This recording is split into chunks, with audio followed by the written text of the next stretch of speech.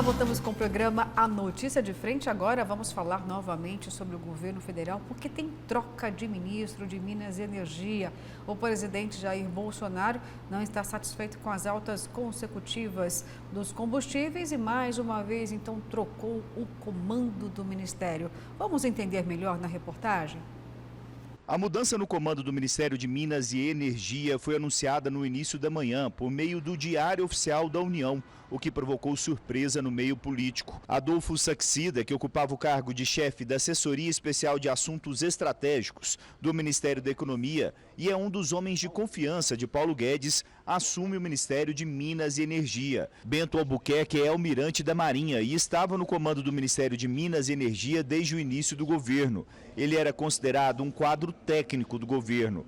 Em nota, o ex-ministro disse que participou da decisão de deixar o comando da pasta, que a decisão foi de caráter pessoal e tomada em reunião entre ele e o presidente de forma consensual. Mas eu apurei que a decisão não foi tão consensual assim. A saída de Bento Albuquerque tem relação com a Petrobras. O presidente Jair Bolsonaro queria que o auxiliar tivesse um maior controle sobre a empresa que é ligada à pasta. Antes da demissão de Albuquerque, o presidente e o ministro já tinham trocado o comando da estatal e, mesmo assim, nessa semana veio mais um forte reajuste do diesel para uma equiparação aos valores internacionais do combustível. E esse não foi o único desgaste entre o presidente e o ex-ministro. Houve o reajuste dos combustíveis em meio à discussão da redução do ICMS, um imposto estadual, os problemas na nomeação do novo presidente da Petrobras e também o risco de racionamento de energia no ano passado, por conta da falta de chuvas no país. Com a entrada de um auxiliar no Ministério de Minas e Energia, Paulo Guedes sai fortalecido desse movimento e o presidente mantém quadros técnicos na pasta, que é cobiçada por partidos aliados. No Ministério da Saúde também houve mudança nesta quarta-feira. O número 2 da pasta, Rodrigo Cruz, pediu para deixar o cargo de secretário executivo. Ele é funcionário de carreira e vai voltar ao Ministério da Economia. Rodrigo Cruz disse que havia assumido o cargo para atuar na vacinação da população e considera que a missão está encerrada.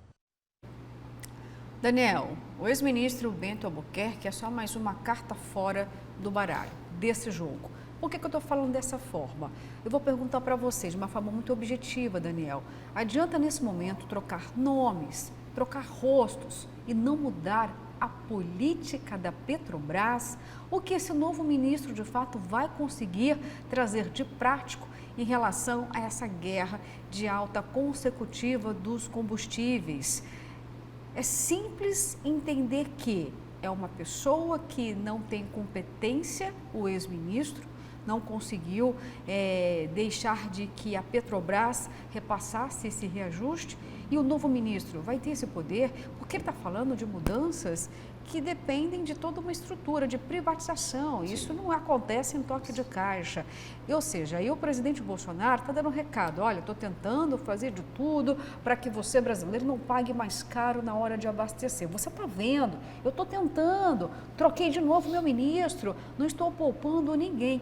Mas, Daniel, aquilo que precisa ser feito para conter a alta, está acontecendo? Não está. É um movimento claramente político por parte do presidente Jair Bolsonaro. Ele tem feito isso em várias áreas da administração, né? Olha, eu estou mudando nomes, eu estou mudando cadeiras, eu estou colocando uma nova pessoa aqui para ver se a gente consegue resolver a situação, mas não consegue. O sistema é esse, né? A Petrobras é uma empresa de economia mista, tem os acionistas, todo mundo diz, os acionistas que estão lucrando muito, mas quem é o principal acionista da Petrobras? É a União, que tem, inclusive, é majoritária, né?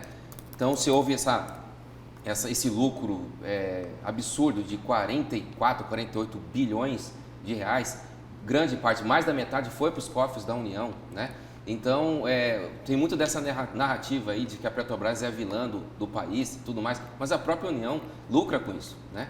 E aí o presidente, para tentar, ou pelo menos sinalizar para os eleitores dele que ele está fazendo alguma coisa e que ele é contra, né? Ele usa também as lives dele para ali pressionar, já falou que essa política, esses lucros exorbitantes são um estupro, usou esse termo na semana passada da Petrobras, mas realmente ele já deixa claro que o governo federal não está conseguindo resolver a situação e não vai resolver a toque de caixa, não vai resolver rápido, né? E a entrada desse novo ministro, que chegou alinhado também com o discurso do presidente, e já chegou falando em privatização, né, como se fosse algo assim, que se estalasse o dedo, fosse fazer. E principalmente, olha só, a grande pergunta que fica aí também, os economistas podem fazer esse questionamento, né, fazer essa análise. Privatizando totalmente a Petrobras vai resolver o problema do alto custo do combustível aqui no país? Já que ela já está atrelada aos acionistas, atrelada ao mercado, ela sendo uma empresa totalmente divorciada da questão estatal, isso vai ajudar a reduzir o valor do combustível aqui? Vai ajudar a resolver?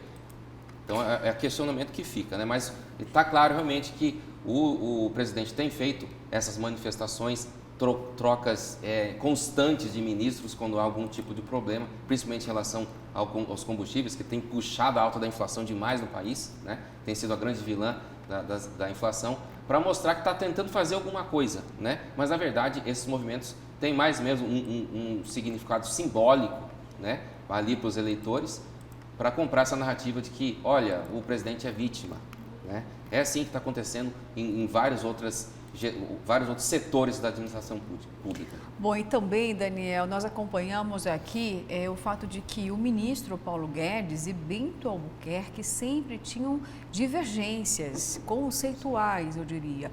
E agora, o Adolfo Saxida, ele foi indicado pelo ministro Paulo Guedes. A gente pode entender que o comando real do Ministério de Minas e Energia, todos os regramentos agora, os posicionamentos, serão vozes ecoando do próprio ministro Paulo Guedes? De fato, é ele quem estaria ditando essa nova condução? A gente pode entender isso porque sempre falamos aqui que Albuquerque era uma pedra no sapato de Paulo Guedes. E Paulo Guedes sim pediu também a cabeça do ministro, ele conseguiu. E a privatização é um discurso de Paulo Guedes, que não é novidade. Não é. E ele também fez essa pauta liberal, essa pauta aí de privatização de vários setores da Eletrobras também. Ele traçou ali um planejamento, Paulo Guedes, desde o início do mandato, e não conseguiu cumprir, né? Nenhuma de tudo aquilo que ele havia planejado em relação às estatais aqui no país. Mas é uma vitória política do Paulo Guedes, ele que seguidamente teve que baixar a cabeça para a ala política do Jair Bolsonaro, né? Ele foi contra reajustes, foi contra algumas medidas mais populistas em relação à economia, mas teve que baixar a cabeça por entender que era um movimento político importante para o Planalto, mas dessa vez ele sai um pouquinho mais fortalecido com a queda do Bento Albuquerque.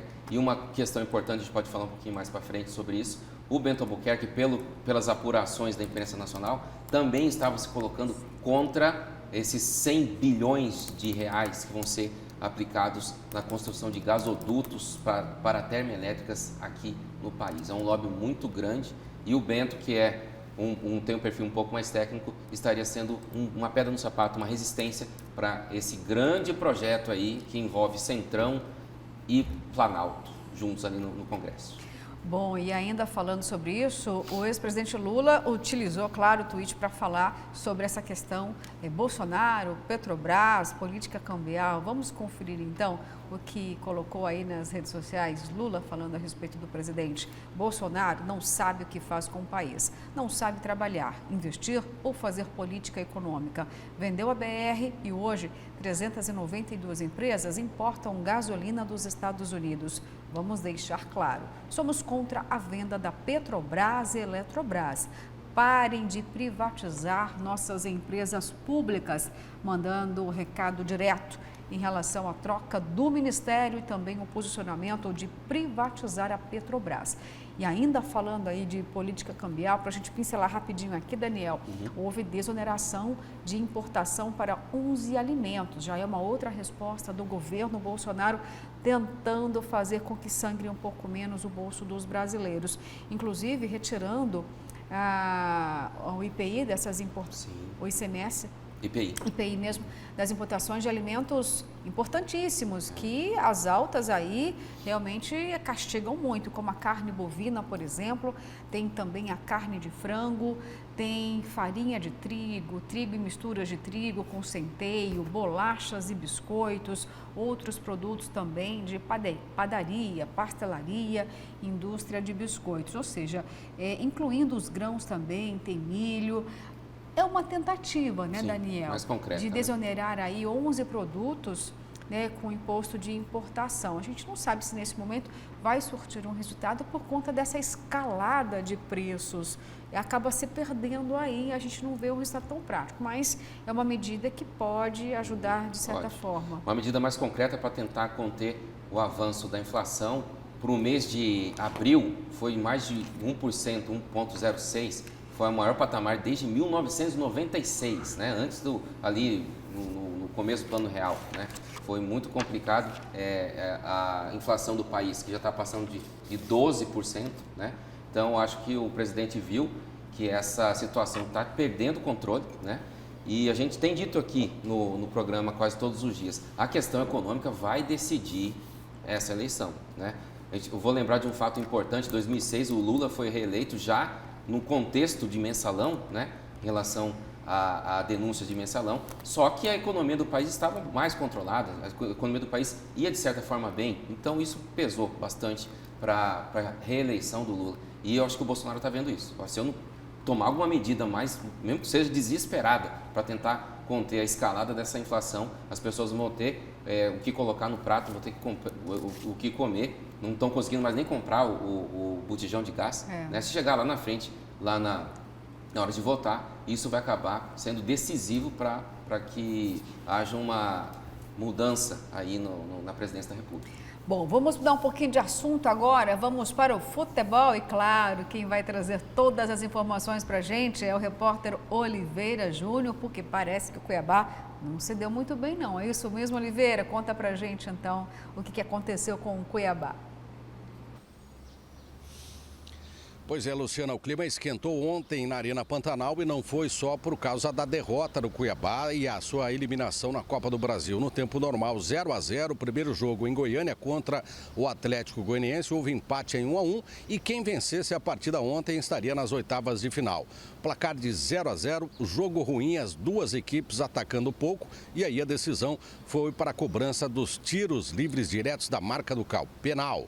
E aí o Cuiabá errou, né? PP errou uma cobrança, foi 5-3 para o Atlético Goianiense, que acabou avançando na competição, está nas oitavas e vai receber 3 milhões de reais de premiação. Quer dizer, ruim tecnicamente para o Cuiabá, que vinha numa má fase, 4 jogos sem vitórias, e ruim também para o bolso do clube. Torcedores cobrando, inclusive, da diretoria a renovação do elenco, que nesse momento é impossível, porque a primeira janela de transferência já foi encerrada. Só no segundo semestre que o Cuiabá poderá contratar, se reforçar para tentar subir também na tabela do Campeonato Brasileiro. Porque nesse domingo, depois de perder para o Santos, ele vai tomar aquela goleada de 4-1 na Vila Belmiro, vai enfrentar o São Paulo no Morumbi no próximo domingo. Jogo duríssimo.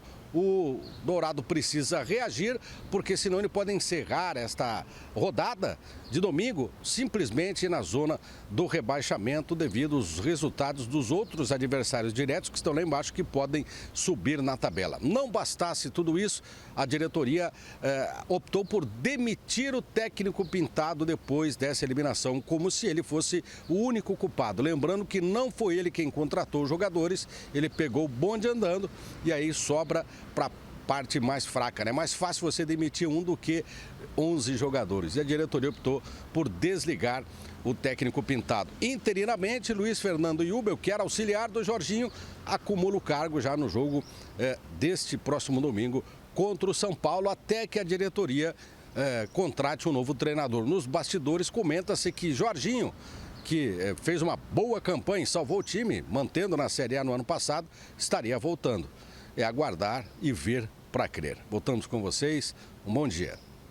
Um bom dia, que assim seja mesmo, Oliveira. Obrigada, viu, pelas informações. E aí a situação não tá fácil não, viu? Porque eu vou entender aqui que Cuiabá, além de perder o técnico, então houve demissão, deixou de faturar uma grana importante, Daniel, é isso? Como bem destacou Oliveira Júnior, 3 milhões de reais para quem classificasse para as oitavas de final da Copa do Brasil. Tá claro que a grande prioridade do Cuiabá é a manutenção na Série A, né? Tanto que ali na Copa Sul-Americana ele também está virtualmente eliminado, não tem mais chance de classificação, né? Não era prioridade e agora também está fora da Copa do Brasil. Chegou até a terceira fase, né? Conseguiu faturar aí um dinheirinho, né, até lá. Mas o que me chamou bastante atenção nesse jogo de ontem contra o Atlético foi a falta de criatividade do time, né? E a falta de ânimo também, né? O Cuiabá finalizou uma vez a gol em 90 minutos, né? Jogando em casa. Ficou numa postura muito recuada, o Atlético Goianiense mandou no jogo quase os 90 minutos, poderia ter saído com a vitória, né?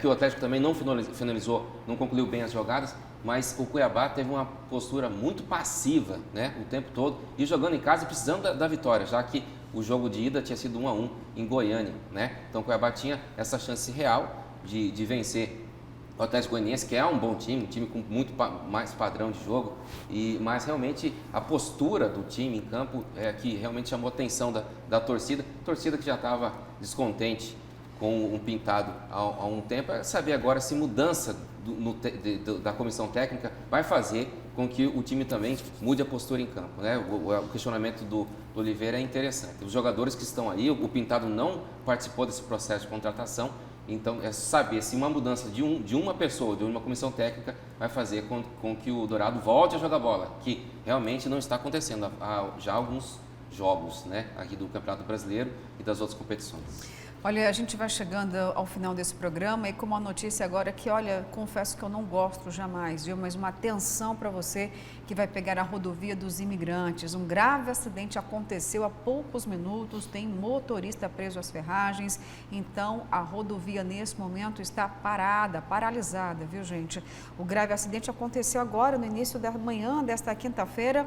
Um motorista de um carro de passeio está preso nas ferragens, ali na rodovia dos imigrantes, sentido Cuiabá, Várzea Grande, tá? O veículo de passeio, ele bateu de frente com uma carreta ao tentar fazer uma ultrapassagem. A informação é da Guarda Municipal de Várzea Grande, então tem congestionamento nos dois sentidos da rodovia. E ainda não há informações sobre o estado de saúde da vítima, apenas que ela está presa às ferragens. A Polícia Rodoviária Federal e também a Rota Oeste estão no local. Outras informações sobre este acidente logo mais no programa Cadeia Neles. Então, atenção você, se puder evitar aí pegar esse trecho da rodovia dos imigrantes, é muito bom porque vai ficar parado ali o trânsito. E vamos aqui torcer, né, para que essa vítima do acidente esteja bem, né? Está presa às ferragens, mas todo um trabalho de resgate acontece nesse exato momento, viu? Bom, e agora são 7h28. Vamos para as mensagens dos nossos telespectadores. Chegando então mais mensagens nessa parte final do programa, nesta quinta-feira, 12 de maio. Vamos então às mensagens chegando, gente. Bom dia. Somos a dupla Cláudia e Daiane. Somos de Alta Floresta, Mato Grosso. Não perdemos o jornal. Amamos o nosso estado. Obrigada. Sucesso aí então a dupla Cláudia e Daiane de Alta Floresta. Obrigada pela audiência. Olá, bancada. Bom dia. Outro dia, o governo disse que o Estado tem muito dinheiro. Para que fazer empréstimo internacional? Aí tem coisa. Sou Hermes do Dom Aquino, 40 milhões de dólares, né? Hermes, é muito dinheiro. Vamos para mais mensagens, então? Chegando aí, olá, bancada. Bom dia. Daniel. É simples a explicação sobre o ICMS. Os governadores são contra a administração do Bolsonaro. Foi dito para diminuir o ICMS para o povo poder ter energia em casa. De novo, o TCU está correto, nem VLT, nem BRT. e compensatório para a população, sendo que essas passagens não estamos dando conta de pagar. Imagina o valor desses.